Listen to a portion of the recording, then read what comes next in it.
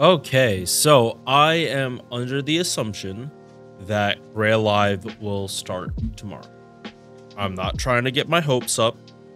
I'm just being realistic that the servers cannot stay dead for this long. Like, this is not... NA isn't that bad, but JP, like, there's... I'm hoping there's new stuff to do. But if not, I'm playing Mega Man on stream here on YouTube. So if you guys want to tune into that, playing like the original Battle Networks, not the original. I'm playing the like remakes or whatever collection is. Anyway, we're not talking about Mega Man yet. We're talking about Miss Crane. She is a very interesting servant. She is one that I really would like because she opens up different doors that other servants literally can't do. She's a one-of-a-kind servant, and I appreciate that. I like servants like that. Same reason I like Van Gogh, or not same, but similar. They do things that other servants just can't. Also, again, Bazett, very similar.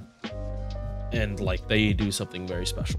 They're not like a generic, if you have Artoria or if you have Mordred, it's basically the same. You just change your setup a little bit. Base attack. This is probably the lowest in the game for a 5-star. Like, period. Because casters have a negative modifier to damage, while rulers have a positive modifier. So while she may have like she might have more base attack than say Kishuang or Bunny Toria, I think that's who. I think they're actually lower. Either way, rulers would effectively have more attack power, and Miss Crane would just go a lot lower. But she's a support, not a DPS, so why does that matter? Attack only matters if you actually plan on attacking with the unit, and Miss Crane is definitely not a unit you want to be attacking with. Besides doing arts chains, that's about it. HP, pretty high. This is like fairly high. I think like the highest is like 1600, so not that far off. Like most 5-stars have like 1300 base. So yeah.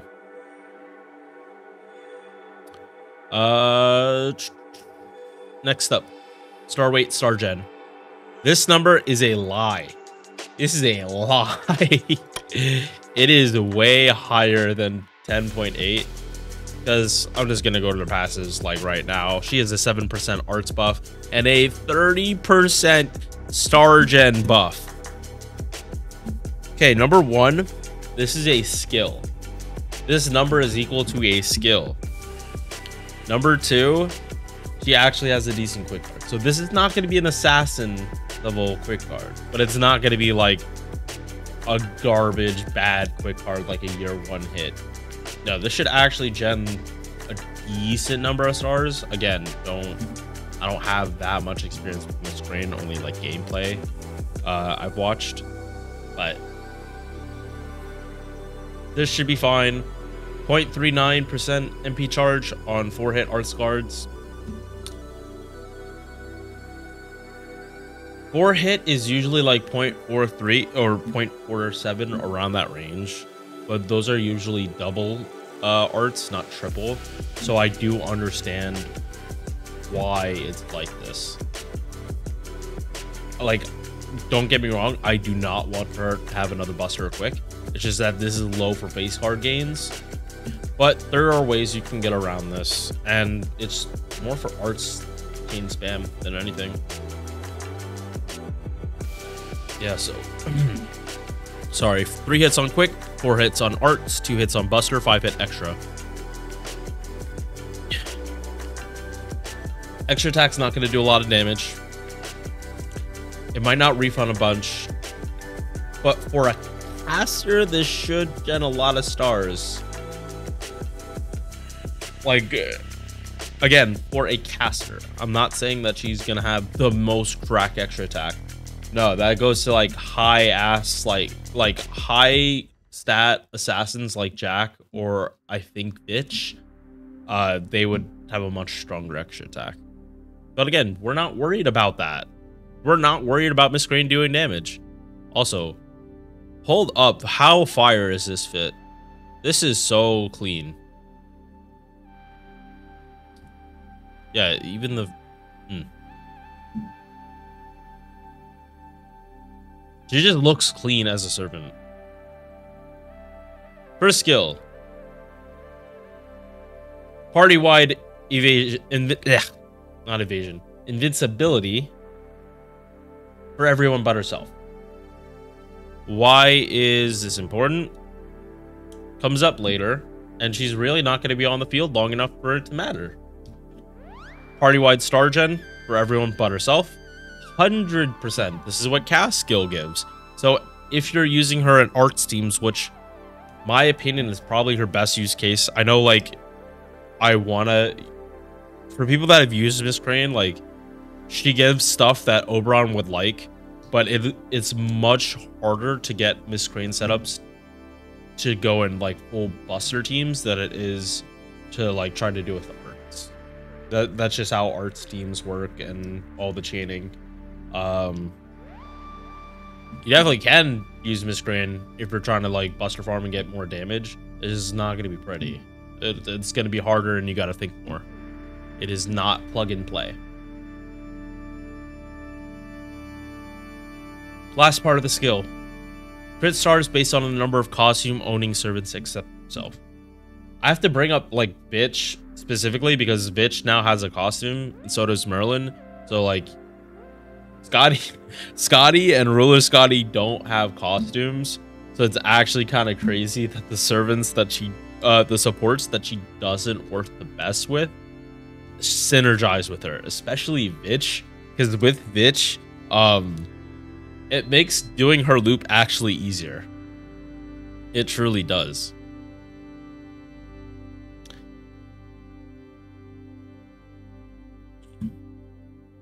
Yeah, no. I'm overthinking it. All right.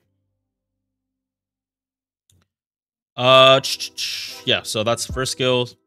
Second skill, 100% battery. This is why this really doesn't matter and why they kind of like give the gains. Not by that much, because like if you look compared to Tamamo has like 0.33 and like 3 5-hit arts. The gains aren't that much worse than what you would expect with Tamamo. But this 100% battery is definitely something Tamamo does not have. She would be amazing if she got 100% battery, but they're never gonna give it to her because all of her skills are on a 5-turn. They're not giving 100% battery on a 5-turn. Like, someone is smoking some really good stuff if you think a game is gonna do that. 500% chance to taunt all enemies. No, sorry. I am sorry. Misspoke. She has it's pretty much guaranteed chance she taunts all her allies except herself. Again, they're getting invuled, so they are pretty much getting free MP gen from getting hit. Granted, you're probably gonna want, say, a Berserker to get, or a Berserker, Avenger, or Doman to get the most out of this part of the skill or this combo, because their Berserkers have natural MP charge. When they get hit, they get like 5% per hit. Avengers, I believe, also have 5. Doman, I think, has 5 too. But for Avengers and Doman, they have a passive where they get more MP gen when they get hit. So they really do just like take off for how much MP they get, and it helps with their like loops a lot. So this forces that loop. This forces them. It's her 3 turns, can be risky, especially with a Berserker if they do not have their own form of survivability, like a Guts.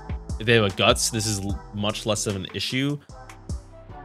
And the fact that you're taunting both allies means one's not just gonna get like focus fire critted to death and like literally die before you can even do your setup. Third skill, crit star weight, 500%.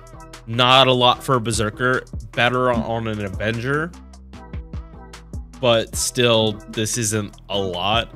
Honestly, if she was to get any of her skills buff, I'd honestly think this is the one that they'd buff first.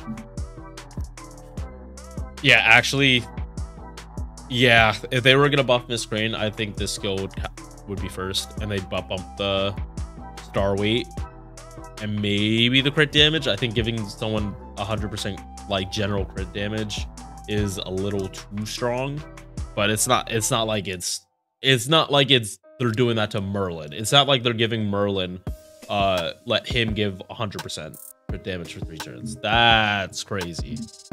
That would definitely like put him back in the meta to like shoot over Vitch. Shoot, I said shoot.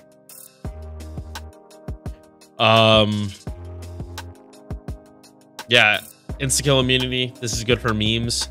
There are a bunch of gimmick fights that have insta-kill. They're not that common, but they exist.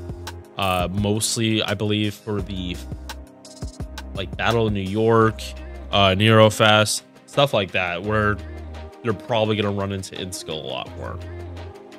So it's good if you have this.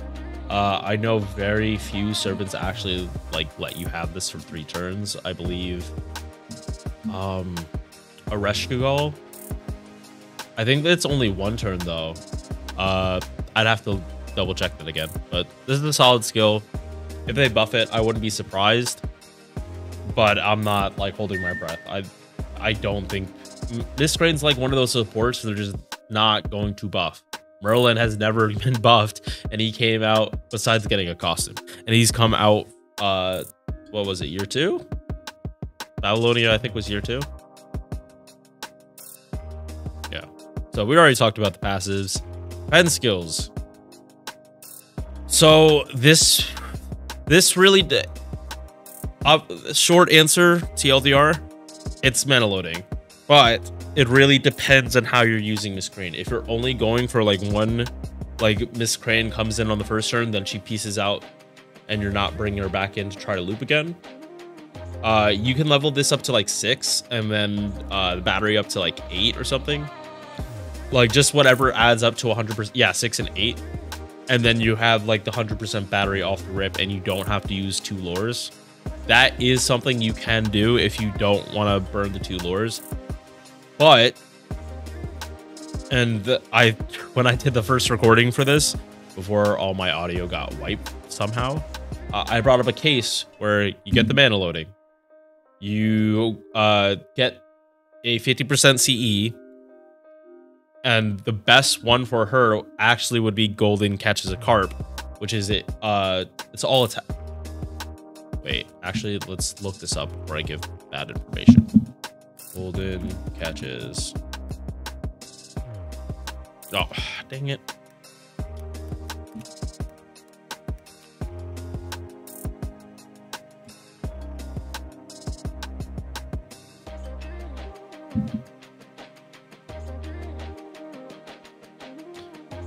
No.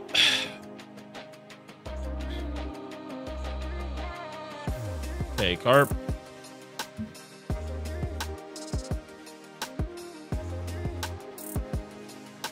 All right, yeah, I'm just gonna look through the Kentucky for this because apparently I am inept. Yeah, golden carp figure. I was using the JP name for it. Yeah. No, I what?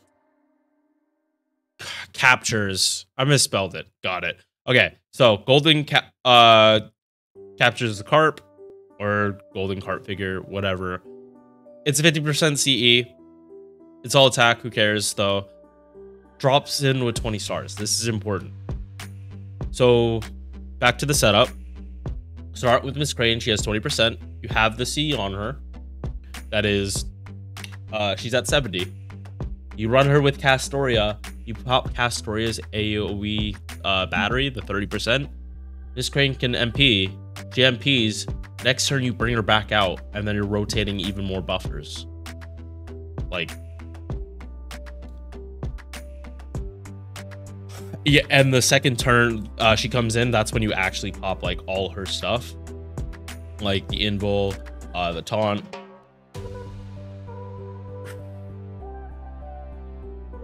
Of course, this is drawn by redrop too. Of course. And Kintoki still looks sick, even though his haircut is contestable. All right, back to Miscreant. That's my use case. You don't need a pens if you only plan to just pop the battery and have her peace out. But you open up more stuff and you don't have to waste more batteries. So you don't have to use a K-scope on it. And golden, like, I don't have golden catches a carp, but if you do, they're gonna be eating pretty. MP. So remember how the party system works. You have 1, 2, 3 up in the front, and then 4, 5, 6 in the back. And this actually goes back to the Castoria example. Castoria would be like 3. Your DPS needs to be 1.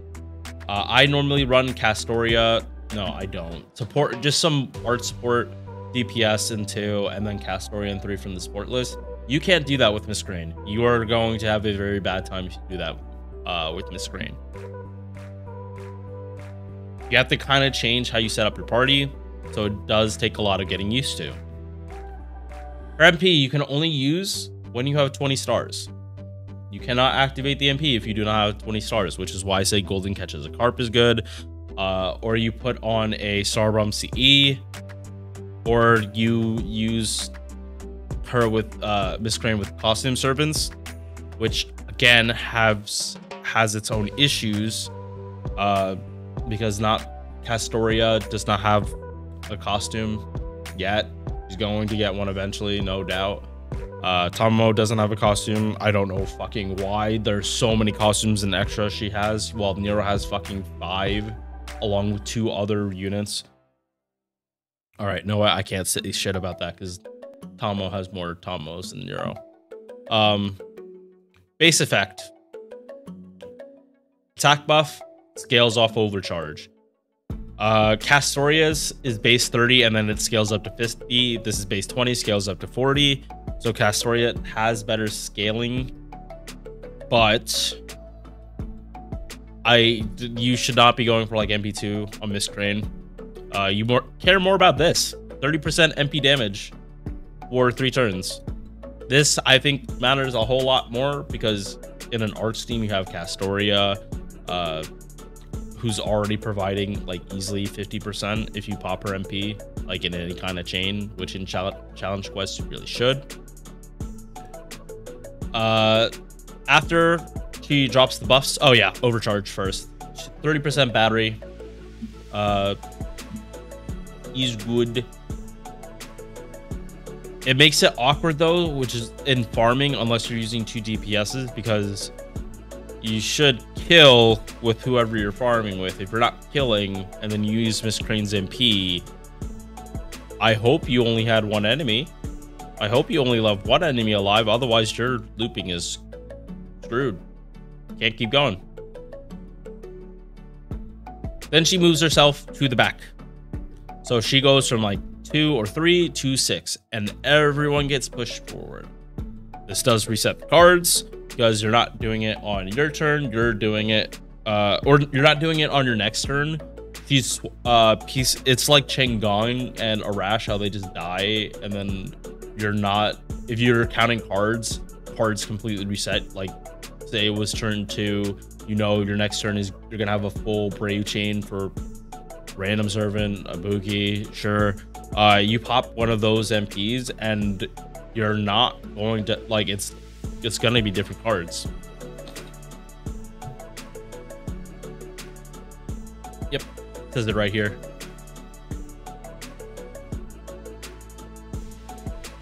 So yeah, you need to be aware of who you're running with. If you run her with costumes, if you run her with costume servants, you're gonna have an easier time. Does Miscreant absolutely need you to run her with costume servants? No. The costume servants part is literally only this. Oh, and her Bond CE, I guess. MP Gen for costume allies up 20, and her own up by 15. That's it, though. But it's good that she's making having a costume actually matter. There's a lot of servants that have costumes. Wait, did I miscount last time? Wait, 1, 2, 3, 4, 5, 6, 7, 8, 9, 10. Okay, 81. 81 servants, because 10 by 8, and then add an extra.